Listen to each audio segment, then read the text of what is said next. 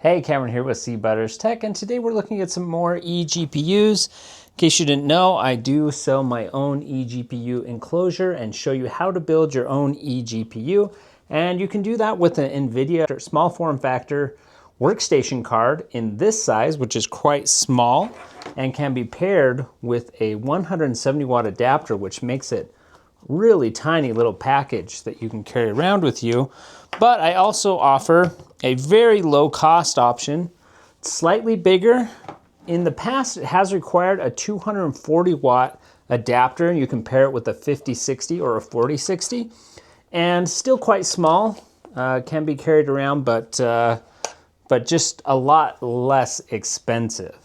Because the 5060 can be had, that SFF low profile, 4060 and 5060 can be had for, $300 to $400, and then it's just a matter of getting the circuitry and getting the enclosure and a power supply. And again, there should be links in the description to do all of this. However, what I wanted to look at today was the ability. Some people may say, okay, well, this 70 watt workstation GPU card, man, that's a really cool option to have it be that low power and give you that much performance.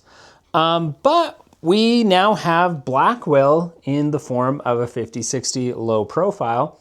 And I've actually been able to play around with it and tune it. So instead of needing this large, chunky 240 watt power adapter, you can actually get the power consumption at the same level as this little one and be able to carry around this very light 170 watt Lenovo adapter. And I found that it works just fine with this as long as you take certain precautions. And that is, undervolting your 5060 correctly. But with a 4060, unfortunately, I found that a 4060 wouldn't even boot when I tried to use the 170 watt adapter. Just wouldn't start at all. But it would start, obviously, with the 240 watt power adapter. But the question is, how much performance are you losing by undervolting and limiting the power on this? The truth is not very much. You're probably still getting about 90% of the performance. But I wanted to show you some benchmarks between this $1,500 RTX 4000 SFF card and this 5060 that's been undervolted to the same 70-ish watts. By default, the workstation card does not have a PCIe power adapter, and so it just runs completely off of the PCIe slot. The 5060 still requires that power adapter, but you can tune this down to about the same 70 watt envelope and then use it with this smaller adapter. So that's the point of this video. I'm going to show you a bunch of benchmarks so you can see the comparison between the two. Spoiler alert, they're pretty close, but they actually trade blows, just depending. Because the reality of it is this Ada card has a lot of compute units on it, and operates at a lower clock speed. That's how it's so efficient, where the 5060 has less cores or execution units, but it makes up for that by dialing the clock speed up. But Blackwell is actually very efficient. Of course it's more efficient. They're using it for all the AI stuff. They need the data centers to, run as efficiently as possible. Of course, they're prioritizing that. And of course, we'll be using my Surface Pro 11th Gen with Intel Lunar Lake inside. It is my preferred computer at this point, and works great with these eGPUs, my Bantam eGPUs. And of course, I'll be pairing it with one of the CButters Tech fans. And in case you didn't know that these existed, take a link to the description, but they're a way to maintain your performance and keep your Surface Pro device cooler than it would otherwise. If you don't believe me, don't take it from me, because this product has a 5-star rating on my store. I do not filter the results at all. So yeah, let's look at these. Almost everyone is giving it a 5-star review. Like I say, 4.88. And again, I do not filter these. Works well with our Surface Pro, great. Works better than expected, 10 out of 10. Amazing cooler fan. Small, quiet. I got the faster fan and works like a charm. Great product. You won't be disappointed. We've got a lot of happy customers on this, so I just wanted to point that out. Anyways, let me show you how to take a 5060 and undervolt it to the point where it can fit within a 70-watt envelope and doesn't have issues with the smaller power supply. All right, so first things first, I'm gonna take my 170-watt power supply and plug it in to my Bantam Long right here. And then, of course, plug in the Thunderbolt cable.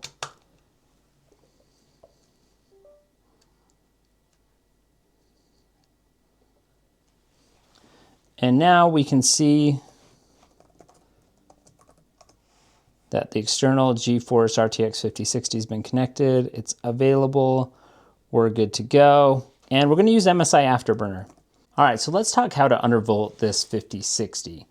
And the first thing you want to do is use MSI Afterburner.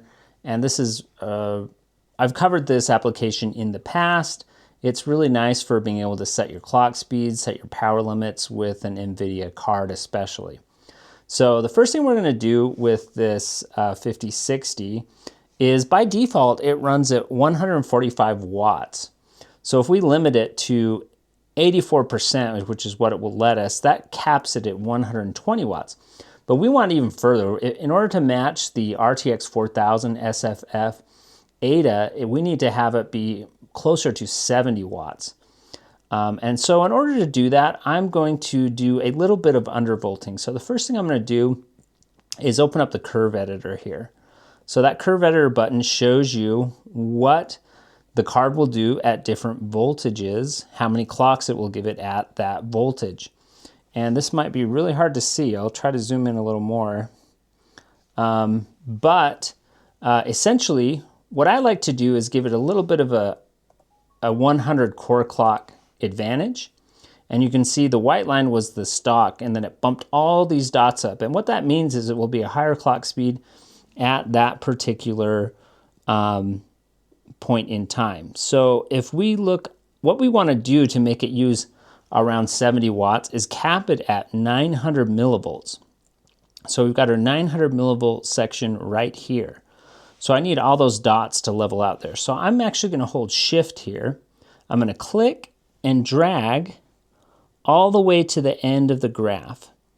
And now what that lets me do is click and grab this dot, and I can pull it down, and you want to pull it all the way down so these dots are below your highest point over here. And once you've done that, you can click apply.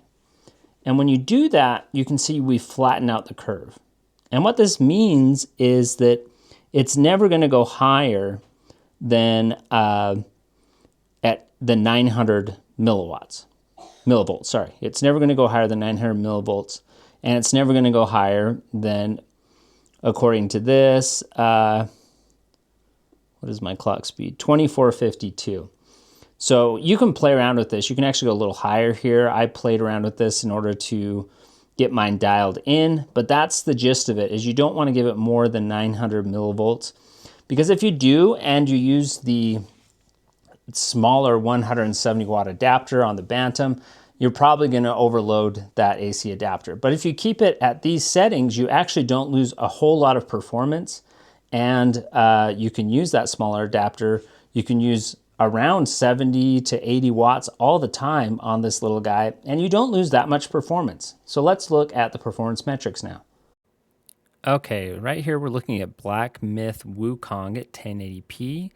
And I have blurred on the top is the Ada RTX 4000 SFF, and on the bottom is the 5060 that's been tuned to around 70, 75 watts. And I want you to look at the power meter because I'm looking at this from a whole system level. The power meter on MSI Afterburner in the stats in the top left, I've actually blurred out. And I've done that because it has a voltage mod on it. I have limited it to 70 watts, but you would have to do some math for that, what that looks like on the screen to be completely accurate. So that power meter on the right on both of those is what I want you to look at to compare these. Okay, and in this test, you can see we actually got the exact same average frames per second, And if you watch the footage, you see that it actually pulled a little bit less power overall on that 5060. So that's a great result. Okay, Black Myth Wukong again, but this time at 1440p. You can see they're pretty much pulling the same power levels, and we're going to see a roughly similar result here. Here we go. Yep, both average 57 frames per second. Minimum frame rate was 45 on the 5060, though, which is a little bit better. Okay, this one is Horizon Zero Dawn at 1440p, medium settings. And you can see the Ada actually is outperforming a little bit. They are using the same power. This footage is a little blurry. I'm not sure why that is. But the ending of this also got a weird score on the 5060. It said average FPS of 8, but that's obviously not the case. If you look at the GPU FPS, it was 74, and on the Ada, it was also 74. So really equivalent across the board. Okay, Shadow of the Tomb Raider and this test, you can see they're both using about the same amount of power. 75 watts is turning into, sometimes it's bumping up a little bit into higher areas in this benchmark specifically. But you can see at around that same power consumption, 100 watts on the 4000 Ada, 106 on the 5060. All right, here we have CyberPunk at 1080p medium settings. And this is without using any DLSS or FrameGen or anything like that. And the 5060 does end up using quite a bit more power in this test. Not sure exactly why that is. Sometimes it's hitting up into 80 watt range, but that's kind of fine. It does get better performance, 72 average versus 70. You're good. And stop. So yeah, when this benchmark ends, you can see it's roughly the same frame rate. It's roughly all the same across the board. They're using about the same amount of wattage.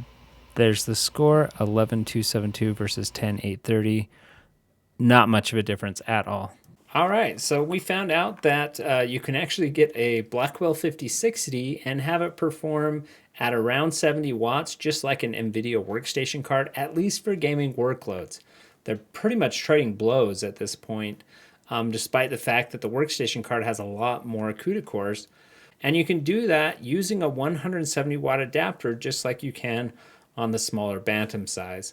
But what you're not going to get is the 20 gigabytes of RAM that you have inside of this workstation card. So if that fits into your workload or what you're operating with, you can't underestimate the power of having that extra VRAM because 8 gigabytes is pretty anemic. I'd really like it if there was a 5060 card that had 16 gigabytes of RAM that was a low profile card like this. It would make it really nice. But it's possible with this 5060 to get that workstation class performance, at least for gaming workloads. Anyways, thanks for watching. If you enjoyed this look at GPU performance, go ahead and get subscribed. And also, if you're looking to pick up your own eGPU enclosure or fan for your Surface Pro, take a look at the links in the description, and we'll see you on future videos.